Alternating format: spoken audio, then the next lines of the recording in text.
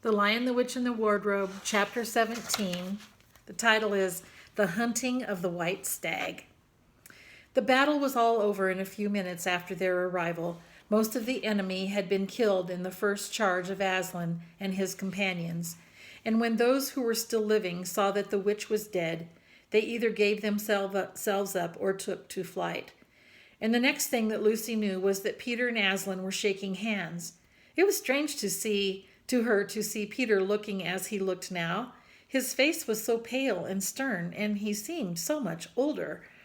"It was all Edmund's doing, Aslan," Peter was saying. "We'd have been beaten if it hadn't been for him.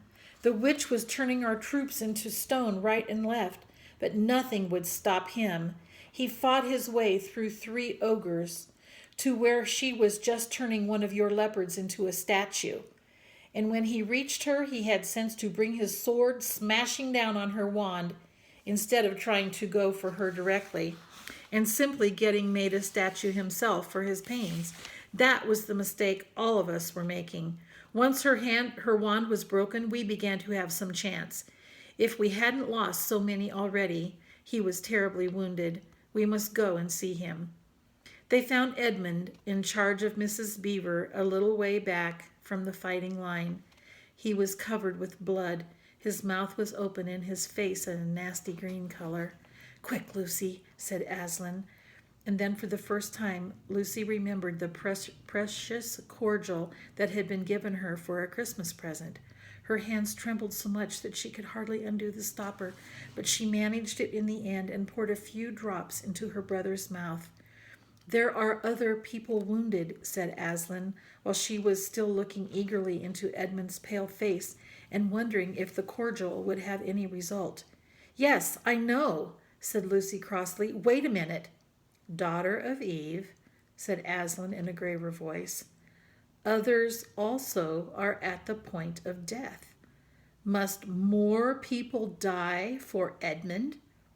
"I'm sorry, Aslan," said Lucy, getting up and going with him.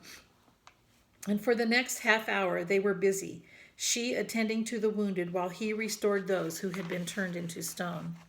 When at last she was free to come back to Edmund, she found him standing on his feet and not only healed of his wounds, but looking better than she had seen him look, for ages.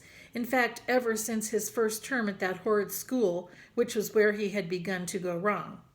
He had become his real old self again, and could look you in the face. And there on the field of the battle, Aslan made him a knight. "Does he know," whispered Lucy to Susan, "what Aslan did for him? Does he know what the arrangement with the witch really was?" "Hush, no. Of course not," said Susan. "Oughtn't he be told?" said Lucy. "Oh, surely not," said Susan. "It would be too awful for him. Think how you'd feel if you were he." "All the same, I think he ought to know," said Lucy. But at that moment they were interrupted. That night they slept where they were.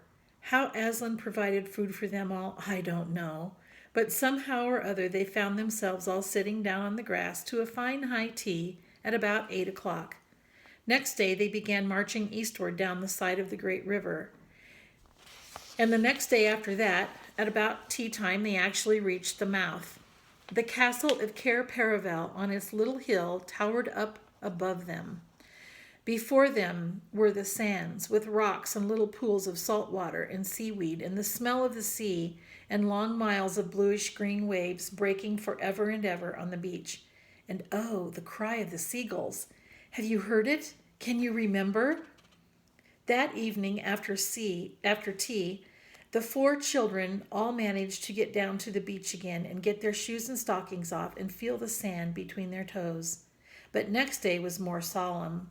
For then, in the great hall of Cair Paravel, that wonderful hall with the ivory roof, and the west wall hung with the peacock's feathers, and the eastern door which looks toward the sea, in the presence of all their friends, and to the sound of trumpets, Aslan solemnly crowned them, and led them to the 4 thrones amid deafening shouts of "Long live King Peter!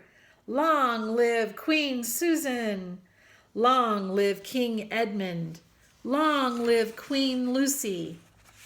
Once a king or queen in Narnia, always a king or queen. Bear it well, sons of Adam. Bear it well, daughters of Eve, said Aslan.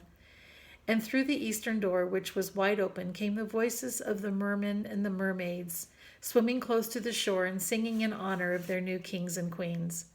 So the children sat on their thrones, and scepters were put into their hands, and they gave rewards and honors to all their friends, to Tumnus the fawn, to the beavers and giant Rumblebuffin, to the leopards and the good centaurs and the good dwarfs, and to the lion. And that night there was a great feast in Cair Paravel, and revelry and dancing, and gold flashed and wine flowed, and answering to the music inside, but stranger, sweeter, and more piercing came the sound of the sea people. But amid all these rejoicings, Aslan himself quietly slipped away. And when the kings and queens noticed that he wasn't there, they said nothing about it. For Mr. Beaver had warned them. He'll be coming and going, he had said. One day you'll see him, another you won't. He doesn't like being tied down, and of course he has other countries to attend to. It's quite all right. He'll often drop in, only you mustn't press him. He's wild, you know, not like a tame lion. And now, as you see, this story is nearly, but not quite, at an end. These 2 kings and 2 queens governed Narnia well, and long and happy was their reign. At first, much of their time was spent in seeking out the remnants of the White Witch's army and destroying them. For indeed, for a long time, there would be news of evil things lurking in the wilder parts of the forest, a haunting here and a killing there, a glimpse of a werewolf one month and a rumor of a hag the next.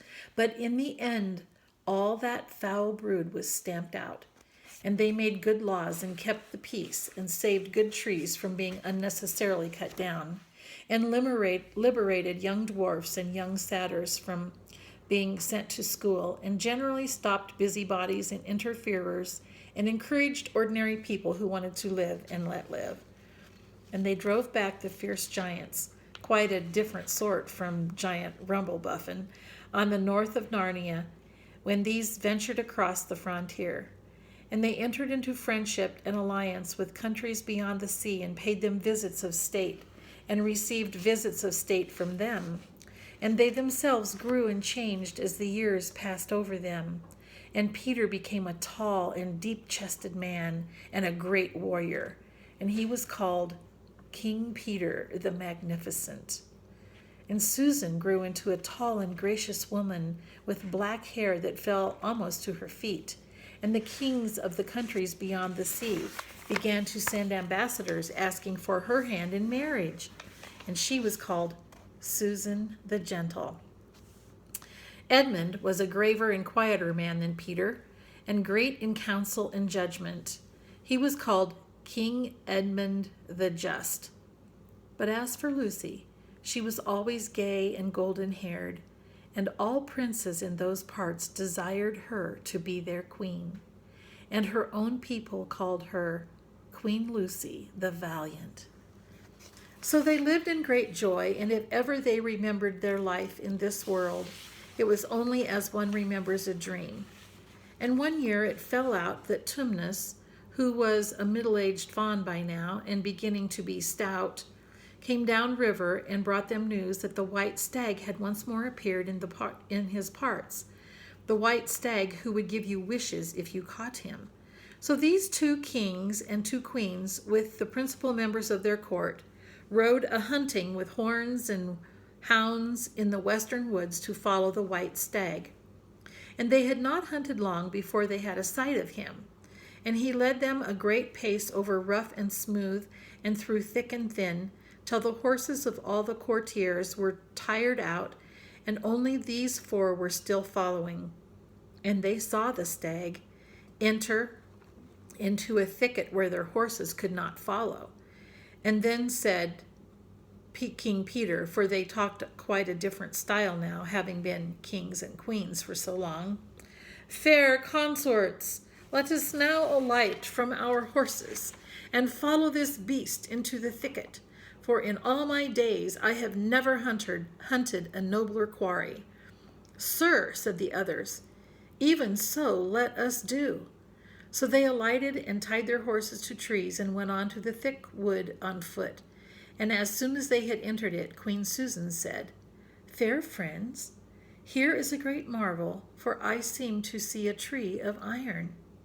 "Madam," said King Edmund, "if you look well upon it, you shall see it is a pillar of iron, with a lantern set on the top thereof." "By the lion's mane, a strange device," said King Peter, "to see a lantern here where the trees cluster so thick about it and so high above it, that if it were lit it should give light to no man."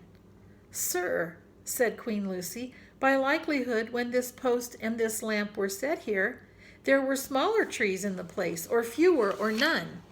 For this is a young wood, and the iron post is old." And they stood looking upon it.